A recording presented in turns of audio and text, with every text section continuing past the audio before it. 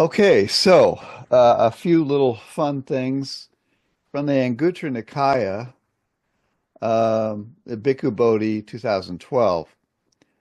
A sutta, singing is wailing, dancing is madness, laughing excessively is childishness, but you can smile. Now, this is to monks. Monks, the noble one's discipline, singing is wailing. In the noble one's discipline, dancing is madness. In the noble one's discipline, to laugh excessively, displaying one's teeth, is childishness.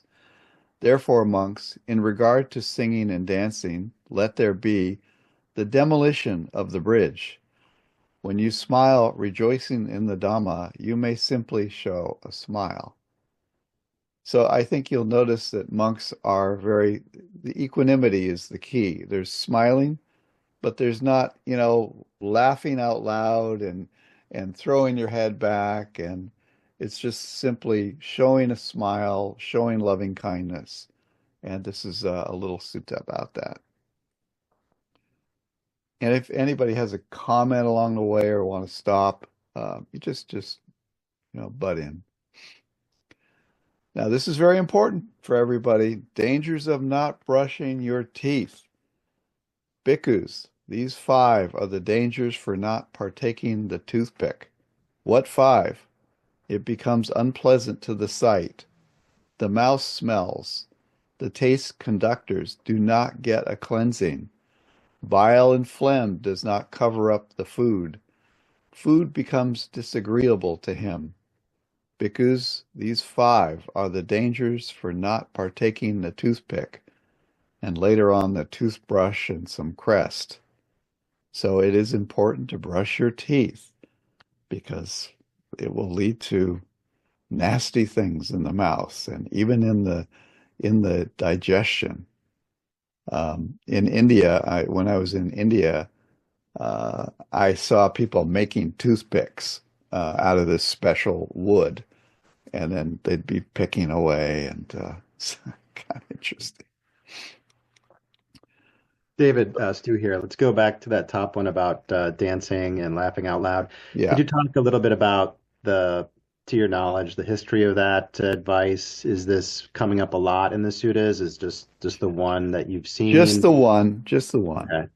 Yeah. And why, like as to why dancing is madness. So why is dancing madness? Other Buddhist traditions, like I'm trying to I'm not sure which ones, probably wouldn't say that. Mhm. Some Mhm. would.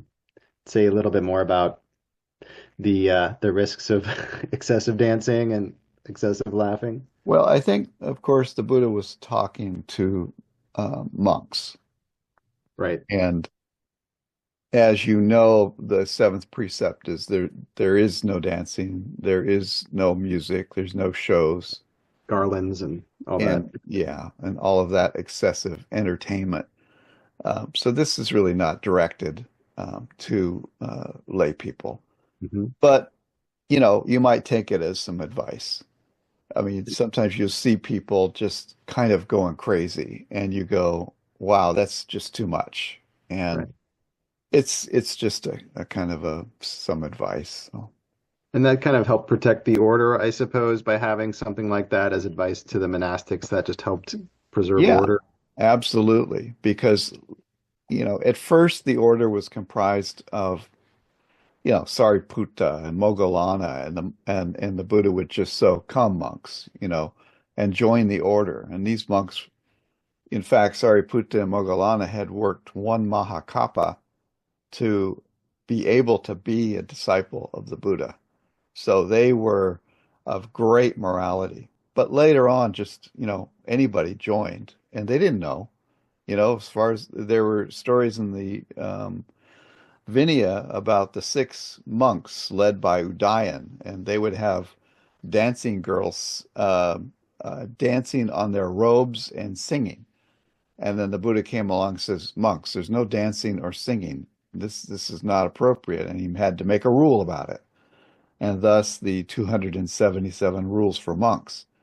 These rules were not they just didn't come out of thin air. They had to be made because later on monks were joining They didn't know anything. They want to be monks, but they had no moral basis. They had to learn all of that. So, how to brush their teeth.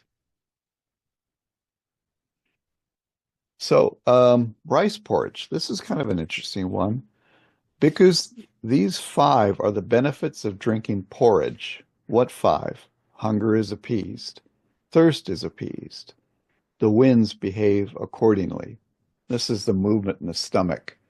Um, you'll feel when you're sick, you'll feel things happening here. Um, Vibrations, movements, painful sensations. The bladder gets washed out. The digested gets pushed out because these five are the benefits of drinking porridge. So, monks drink rice gruel as their breakfast, typically. Just a very simple um, gruel, just to uh, appease hunger and just to kind of get going in the morning. Some only eat one meal a day, and then that's just the major meal. But many just have um, a little bit of rice. Now, this is a fun one, and people were arguing about it, but hard to dispel from the Anguttara Nikaya. Bhikkhus, these five things, once arisen, are hard to dispel. What five? Lust, once arisen, is hard to dispel. Hatred, delusion, discernment. The urge to travel, once arisen, is hard to dispel. These five things, once arisen, are hard to dispel. We looked up the word travel, and somebody says, no, no, it's not travel, it's just walking around or something. But it is travel. I looked the Pali up. So if you think about it, uh, you're at work, you think, oh, geez, I'd like to go on vacation. And then you really start to think about it. And what I would suggest is you take this opportunity to let go of this urge to travel. You'll have an idea of say a tropical island, and there will be a pleasant feeling arising with it. And you'll go, oh, I want to go there. And then this will lead to all kinds of papancha, all kinds of proliferation on your part. But I remember I was walking down behind near the barn just, a few years back, and I had this idea, oh, really like to go on vacation to wherever it was. I think it was Hawaii. And I thought, what if I could just let go of this desire? I'm not And quite sure how to help you with that. oh, Alexa's butting in. Alexa, stop. Oh God. So I thought, okay, I'm just gonna when this desire to travel comes up, I just let it go. I just relax and smile and come back and just continue my walk. But I noticed that I really didn't want to let it go. It was very painful. It was like, if I let it go, what's going to happen? Am I never going to travel again? Am I stuck here? But of course, I was successfully able to just let it go, and there's a little bit of pain as I let that thought go, and it was like there's fear. It's just it's when we let go, we have a little bit of fear of letting go things that we've already grabbed onto. But what I found was when you let go of the desire to go somewhere, you come back into the present moment in a much better way, and you're not bothered by these constant desires to be somewhere else. So I think this is something worth thinking about, even though it sounds kind of silly. So there's been a lot of discussion about who can become a an arhat. Can lay people do it? Where are the arhats? Why aren't there any arhats that come to retreats? I mean, we have people that seem to have a very high level of attainment, and but we've never met somebody who's an actual arhat. Why does this happen? So let's take a look. Let's see. Okay, so in this suit in Sutta Nipata, I don't have the actual because it's not online that I could find, but in section 2.2, it's written that the Buddha went to teach a group of people, and it says, as a result, there were new Sotapannas, Saktagamis, Anagamis, this first, second, third stage of enlightenment, and those who had gone forth became arhats. So those were monks. So only the monks were able to become arhats. As it says, this means that only those that are Sangha members, monks or nuns, may become arhats, not lay people. And you say, well, why is that? That's not fair. Well, being in the Sangha, an arhat is somebody who's very pure and they have no desire to work. They are teaching, they are meditating, they don't have any desire for the worldly life. And so they need a very pure environment to be there. And they need to really be following all of the precepts, the 277. They don't need to be handling any money.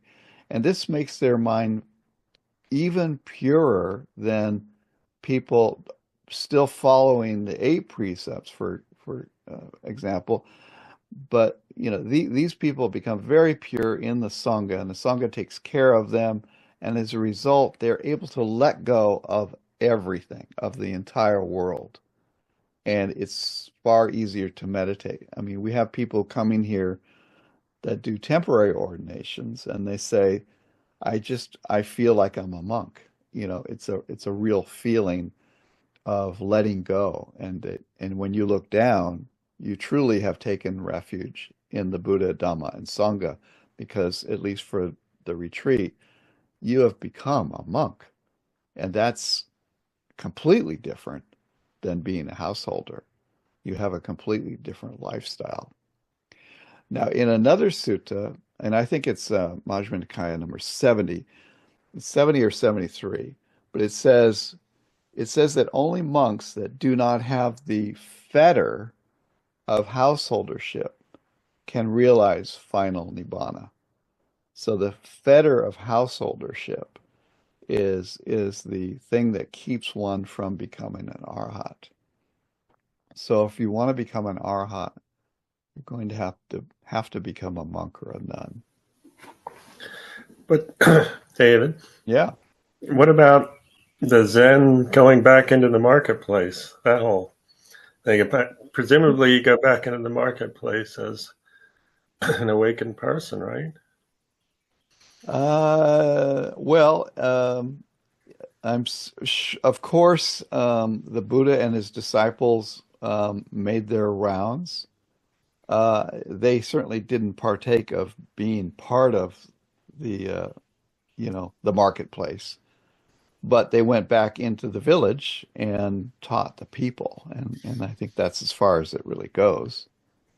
You don't go back to work, you don't do anything like that. Does that make sense? It makes sense. It's not how I had thought of it, but Yeah, of course, Zen monks and Zen texts have a little bit different take on things. It's a Mahayana view to things. This is called what we're doing here. I think Sujato, who does Sutta Central, he calls it EBT. We call it Suttavada, which was a one of the 18 parts of Theravada. But he calls it EBT, and I hadn't run across that before. And you can guess that, well, EBT is earliest Buddhist teachings. So we are going from the text. So there is commentaries like the Visuddhimagga and so on, and everybody has a little bit different idea of what you can or can't do. Of course, Jack Kornfield wrote the book uh, Buddhist Masters, and he suggested that the monk at first would chop the wood and carry the water, then he became enlightened, and he was still back to chopping the wood and carrying the water. But of course, now he was enlightened. And so, in a sense, he still does what he does. But And it's after the ecstasy, the laundry. after this, that's right. That's the one. Yeah. Yeah. So there's another set of books which are very hard to find, but very interesting. I was for a while looking for stories about petas or hungry ghosts. And this isn't about that, but there were some very interesting things in there. Um, it's called the Divyavadana, Divine Stories. It's by Andy Ropeman. There's 2 books. This is where the Buddha makes alcohol illegal to the monks. Now, early on, the Buddha had only 4 precepts. Alcohol was not an issue, intoxicating drugs or anything like that. I mean, the only thing that was intoxicating at the time would be alcohol, and of course, I'm sure that the ganja was around that was being smoked by the yogis. Um, but the monks knew better. But later on, they didn't. However, in some cases, the lay people didn't know this. So here's what happens: an arhat is given some drink that has given a drink that has some quote elephant liquor in it, and mistakenly drinks it and becomes very drunk and falls down. The Buddha creates with magical power a grass hut over the Venerable Svagata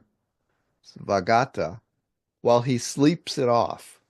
The Buddha then eats his lunch, and afterward he proclaims that no alcohol is to be consumed, not even the amount that fits on the tip of a blade of kusa grass.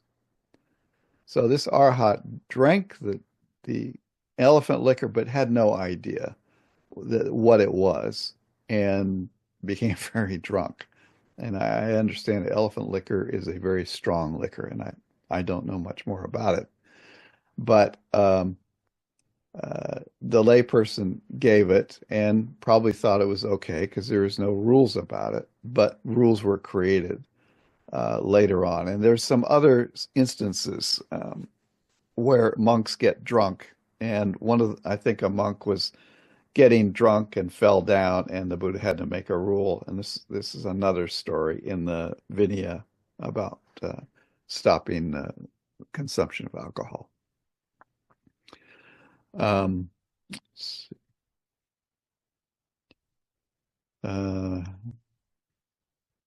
Okay, so in another story, how just faith in the awesome power and majesty of the Buddha can lead to becoming a Pacceka Buddha. Pacceka Buddha is a Buddha that doesn't teach. He is a Buddha in all of the sense of the word, but he's decided to just not teach and just to enjoy life and to the end, and then that's it. There's also part of that story is the power of the Buddha's smile and the rays of light emanating from it. But this story of faith was really quite something, because, well, let me read this is just a summary of it. It's a long story. A bull is to be slaughtered and understands this and looks for help and sees the Buddha. See, a man buys this bull and for the purpose of getting some meat from it. The bull knows this and understands it and looks for help, and he sees the Buddha. He has such faith that the Buddha smiles when he sees him. Ananda asked the Buddha why he smiled, as he only does so infrequently. The Buddha said because of faith, this bull would be reborn in each successively higher Devaloka until at the final highest realm, he would fall from that realm back to the human realm and become a Pacceka or a solitary Buddha, just from the power of his contemplation and subsequent faith in the Buddha. So the power of faith in the Buddha has such power, has such karmic effect.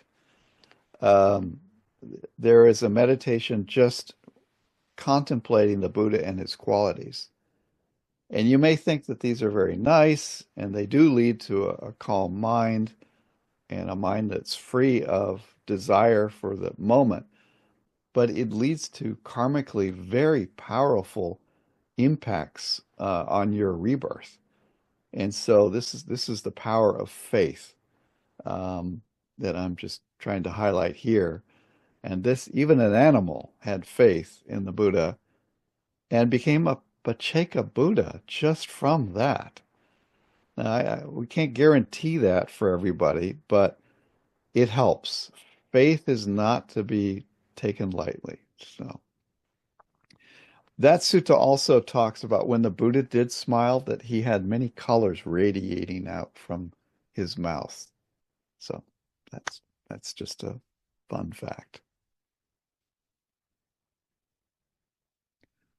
Okay, moving on here. One of the things that people talk about a lot about when they talk about money is that money and power corrupt. Well, evidently the Buddha agreed with this. In Sutta Samyutta Nikaya 3.6, at Savatthi, as he was sitting to one side, King Pasenadi, Kosala, said to the Blessed One, "Just now, Lord, while I was alone in seclusion, this train of thought arose in my awareness. Few are those people in the world who, when acquiring lavish wealth, don't become intoxicated and heedless, don't become greedy for sensual pleasures, and don't mistreat other beings. Many more are those who, when acquiring lavish wealth, become intoxicated and heedless, become greedy for sensual pleasures, and mistreat other beings." So there's people who try to not be that, and it's hard for them. Few are those when they acquire wealth. But then there are many who don't even give it second thought. When they do acquire this wealth, they do become greedy and they mistreat other beings. So the Buddha, in a sense, did agree with this, that the acquisition of vast wealth did lead to corruption, in a sense, and to a mind that the sensuality just became so extreme. And then you would, when you travel, first class and you have drivers and you sit down at a meal and a waiter comes up and doesn't treat you perfectly, it's easy to get angry because you're so used to everything being so perfect. So you have to rein in that sensuality and rein in the anger that comes from that when you don't get what you want. It's as though you get so much that the anger, the other part of the equation, becomes even higher as well. So thought I'd share that. Not that we're having that problem, but did agree with that. No, I think the last one we'll do here before we go to Mingun Sayadaw, the eating of meat. This is, of course, one of the biggest issues that people have. And, I just got a comment today on a YouTube video where Bhante talks about the eating of meat and the fact that the Buddha allowed it. The Buddha ate meat. He took what was given, and monks are told to just accept what is given, as long as they don't know that it's been killed for them, they don't suspect it, they don't hear it, they don't see it, and then they can accept it. But of course, people say, "Oh, no, you can't eat meat." And this guy on the YouTube video said today, he says, real Buddhists know better, that they know not to eat meat. Well, a real Buddhist, the Buddha himself actually was given meat and he ate it. So here is a sutta about there is worse things than the eating of meat, called a raw stench, from the Samyutta Nikaya, where the Buddha says not following the moral precepts is unwholesome, not the eating of meat so much, as long as it is not seen or heard or suspect to have been killed for you. You can find this on Access to Insight. This is a poem that is a dialogue between a Brahmin ascetic, Tissa, who's a Brahmin, and the previous Buddha, Kassapa. So Tissa is a Brahmin priest and is well versed in the Vedas and all of this. But he has this is not the current Buddha, but a previous one. But he has the same issues come up. He says, those peacefully eating millet, Job's tears, and I don't know what some of these things are, green gram, leaf fruit, tuber fruit, water chestnut fruit, obtained in line with the Dhamma, don't desire sensual pleasures or tell falsehoods. But when eating what is well made, well prepared, exquisite, given, offered by others, when consuming rice, Kassapa, one consumes a raw stench. Yet you, kinsman of Brahma, say raw stench is not proper for me, while consuming cooked rice and the well-prepared fleshes of birds. So I ask you, Kassapa, the meaning of that. What sort is raw stench for you? So this is a Brahmin priest saying, what is a raw stench? If eating meat is not a raw stench, and eating prepared food, and not eating just vegetables uncooked, and it's almost like a vegan kind of diet, but it's not even cooked. Then what is a raw stench? And the Buddha Kassapa says, killing living beings, hunting, cutting, binding, theft, lying, fraud, deceptions, useless recitations, associating with the wives of others. This is a raw stench, not the eating of meat. And what do we see here? The 5 precepts. Killing, lying, theft, associated with wives of others. And you'll notice the alcohol is not here. But this is the 4 precepts before the alcohol was put in, or at the time of Kassapa, I can't really say. But that there's the 4 precepts. This is a raw stench, not the eating of meat. Those people here who are unrestrained in sensuality, greedy for flavors mixed together with what's impure, annihilationists, discordant and indomitable. This is a raw stench, not the eating of meat. Those who are rough, pitiless, eating the flesh off your back, betraying their friends, uncompassionate, arrogant, habitually ungenerous, giving to no one. This is a raw stench, not the eating of meat. Anger, intoxication, stubbornness, hostility, deceptiveness, resentment, boasting, conceit, and pride, befriending those of no integrity. This is a raw stench, not the eating of meat. Those of evil habits, debt repudiators, informers, cheats in trading, counterfeiters, vile men who do evil things. This is a raw stench, not the eating of meat. Those people here who are unrestrained toward beings, taking what others intent on injury, immoral hunters, harsh, disrespectful. This is a raw stench, not the eating of meat. Those who are very greedy, constantly intent on hindering and killing beings who, after passing away, go to darkness, fall headfirst to hell. This is a raw stench, not the eating of meat. One should go about guarded with regard to those things. One's faculties understood, standing firm in the Dhamma, delighting in being straightforward and mild. Attachments past, all suffering abandoned. The enlightened one isn't smeared by what's heard or seen.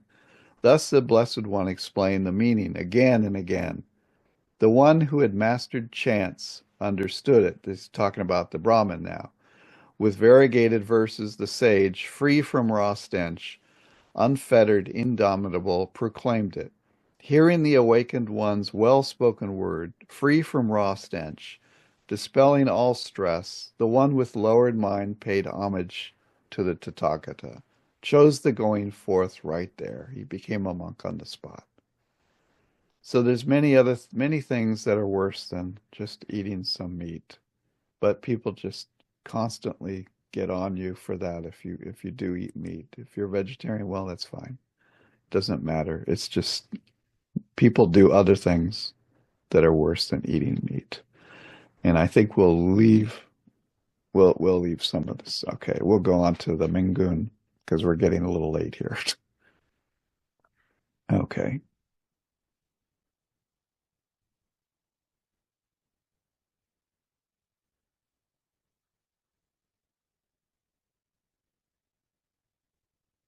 Okay, let's see here. So we're going to talk about when the Buddha was 16 years old. This is the period of time when he was in the palace. His father was protecting him from not seeing anything that was bad. He gave him some palaces to enjoy his life in. And this is there is a plowshare ceremony. Let's go to that. Okay. And I want, again, this is written by the Mingun Sayadaw, who I visited the temple where he was. He's died since then, and Bhante visited him when he was alive. And Bhante asked the Mingun Sayadaw, he memorized all of the suttas, and he could just tell you what was in the suttas exactly in any Buddha sutta at all. He memorized all of them. And Bhante had asked him things like, is when you do the breath meditation, do you notice it at the nose tip? Do you notice it in certain parts of the body? Because everybody teaches this. And he asked the Mingun Sayadaw, is this anywhere in the suttas? And the Mingun Sayadaw said, no, it's not. And he asked him other questions. And Mingun Sayadaw says, no, that's not in the suttas, but it's in the commentaries, like the Visuddhimagga. So Bhante was able to really ask the Mingun bot with all the information, what is in the suttas versus what's not in the suttas. And he had, of course, memorized everything, so he knows them very well. But he knows there is so much data that he knows, and later on it will give you the places where he's finds some of this, in Jataka tales and in Dhammapada or other things, and it will show you that. And you can find this book online. It's just the Chronicles of the Buddha, and this is a BPS Sri Lankan site. So in the fields, let's see, on that day, the whole royal city of Kapilavatthu was decorated like abode of devas.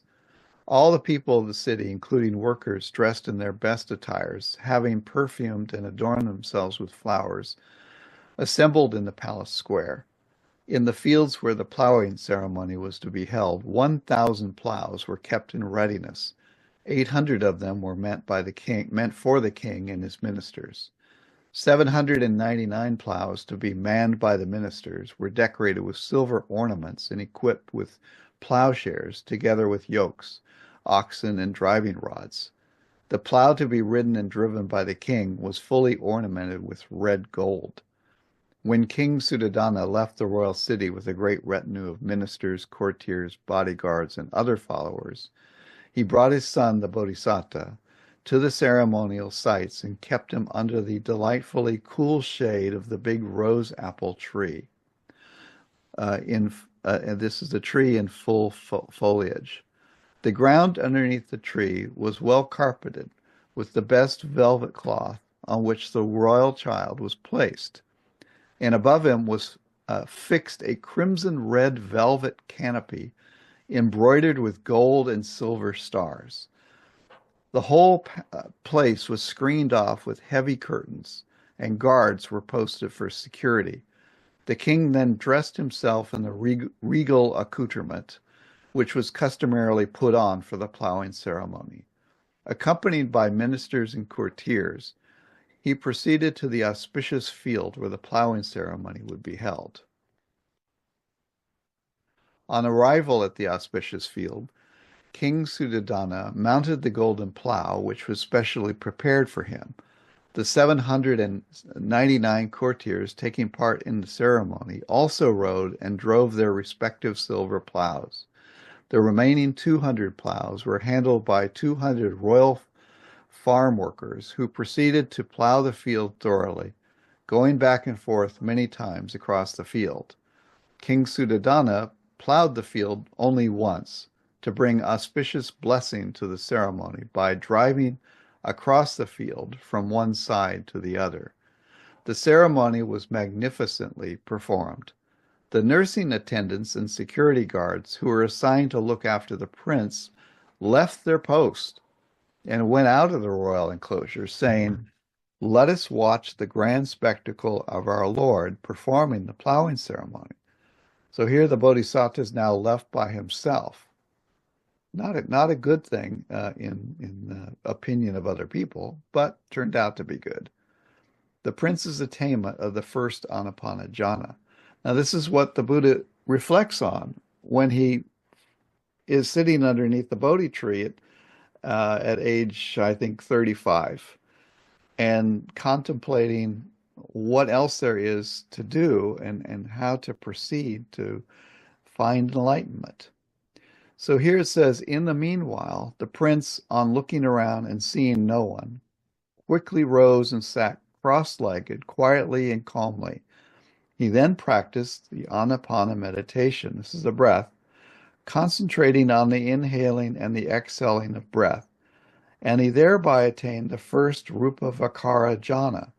In this matter, it should be understood that the Bodhisatta achieved the first Rupa Vakara jhana within a short time as a result of the habitual practice of Anapana meditation throughout many existences of successive eons. So he'd been doing this for many lifetimes, so it just came naturally to him at this young age. The attendants who left their charge loitered around the food stalls, enjoying themselves for quite a while. All the trees, with the exception of the rose apple, under which the Bodhisatta was sitting, cast their shade in a natural manner, in line with the movement of the sun. When past noon, the shades of the trees fell on the east. However, the shade of the rose apple tree, under which the prince was resting, did not move with the sun, even after noontime, strangely remaining in a round shape as before. You know how the shade moves. As the sun moves, the shade moves. But in this case, the shade was consistent. It was not moving, and it created this round space over the Bodhisatta. The nursing attendants, eventually remembering, "Oh, the son of our Lord has been left behind, alone," hurried back, and on getting inside, after parting the curtains of the enclosure, saw with their own eyes, and to their amazement, the prince sitting cross-legged in the place of glory, and saw also the miracle of the shade of the rose apple tree remaining fixed in the same position and in the same round shape. They went speedily to the king and reported, "Your Majesty, your royal son is sitting quietly and calmly in a certain strange posture. And though the shadow of other trees moved with the changing position of the sun, the shade of the rose apple tree, under which the prince reposed, remained unchanged even after noontime, retaining its circular shape." King Suddhodana quietly went and observed. On seeing with his own eyes the two strange miracles, he uttered, "O noble son, this is the second time that I, your father, salute you," and made obeisance to his son lovingly and adoringly. So this is the plowing ceremony that he remembers. And, I can't really comment about the type of jhana he remembers. Our hope is that he remembers the tranquil aware jhana, because he's already gone through all the rest of them. But he sits down, he's quiet, He's peaceful. He's not trying to achieve anything at all, and his mind just goes to his breath, and the jhana arises. And there's no trying. There's no. It's just done as a way to pass the time. So it's already 9:55. So I think we're going to have to leave the rest of these things for a little later. But there is the palaces. They're very unique. They've put in this kind of technology in the winter, the summer, and the rainy season. They've put in technology that keeps things cool. Like in the winter palace, let's see. The structure of room formations were designed to keep the floors somewhat low so as to retain warmth, and meticulous care was taken in the arrangement of lion-propped windows and ventilators to prevent elements of the cold from outside, such as snow, mist, and breeze, from entering inside. Painters also drew pictures of blazing fires and flames on the walls, central planks, roofs, etc., of the said palatial mansion to dispel coldness on seeing them. Festoons of perfumes, flowers, and pearls were hung dangling there at appropriate places. The ceilings were canopied with fabrics of pure wool and silk, which were very soft and smooth and warmth-giving, which were adorned with stars of gold, silver, and rubies, giving out bright and flaming colors. Besides, there were woolen partitions and gauze curtains adorned with velvet and woolen shawls, which were very soft and smooth to the touch. Velvet garments and woolen apparel appropriate for the cold season were also kept in readiness for wear in the winter season. Nourishing seasonal foods such as hot, spicy delicacies were well prepared in readiness. To keep the room warm, windows were kept open in the day and closed at night. So here's all kinds of detail on the palaces that they did. And then maybe next week we'll talk about the archery. Because the archery is very interesting because at 16, the Buddha was made the king. He became the king of Kapilavatthu. His father transferred the kingship to him. And people didn't know anything about him. And they thought the king wanted to get married. And they said, well, who is this guy? I mean, does he know anything? And so the king went to him and he says, I think you need to learn some archery. And the Buddha to be said, oh, you just tell me what I need to do and I'll do it. And he performs such an amazing display of archery that it just blows everybody away. And this, we'll talk about it, but I think we've done enough for today. So that is the Great Chronicle of the Buddhas by the Venerable Mingun Sayadaw. So there's just a little bit of 7 volumes of commentary about the Buddha.